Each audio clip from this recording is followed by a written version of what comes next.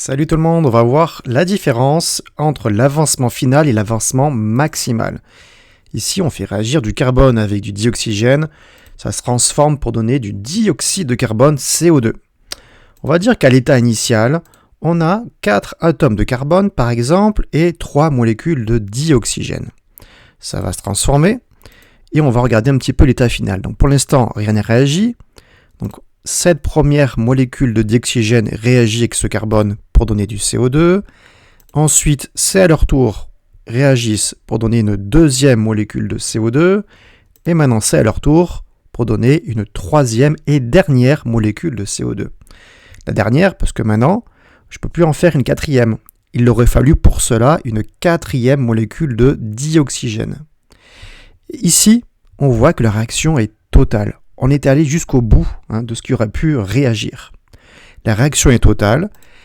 On va pouvoir écrire que l'avancement X1, l'avancement final XF, ici, c'est égal à l'avancement maximal. Parce que la réaction est totale. On est allé au max de ce qui a pu réagir. Dit autrement, le réactif limitant, ici le dioxygène, est entièrement consommé. Tu vois, il n'y en a plus à l'état final.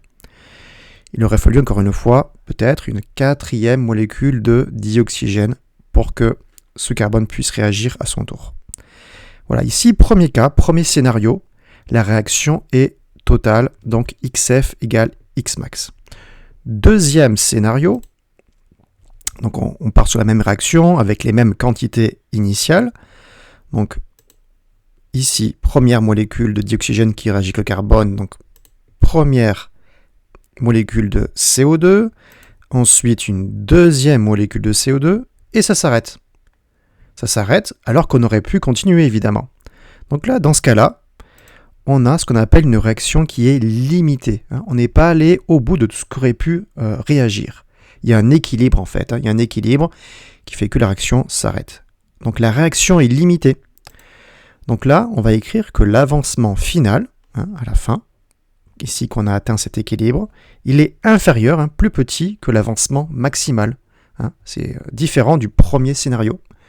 XF plus petit que Xmax, encore une fois, parce que ici je vois qu'il reste du dioxygène qui aurait pu réagir avec le carbone.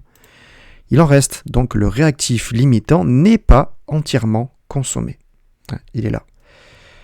Voilà donc la différence et la définition en fait de l'avancement final qui est parfois égal ou inférieur à l'avancement maximal. Voilà, c'est une notion importante et tu as ce genre de graphique. En abscisse, j'ai le temps, ici en secondes. En ordonnée, j'ai l'avancement, donc en mol. Pour rappel, l'avancement, c'est en mol. Et tu vois qu'évidemment, au départ, x égale 0, c'est pas encore réagi. Et hop, ça y est, ça réagit. Donc x augmente. Et il va se rapprocher de x max, de l'avancement final.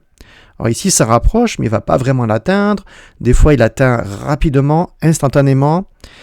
Et voilà, c'est ça les différents types de réactions qui sont limitées ou totales. Voilà, une notion très importante en première et en terminale, donc n'hésite pas à travailler ce genre d'exercice où on a vraiment besoin de ces notions. Allez, bon courage à toi et à une prochaine.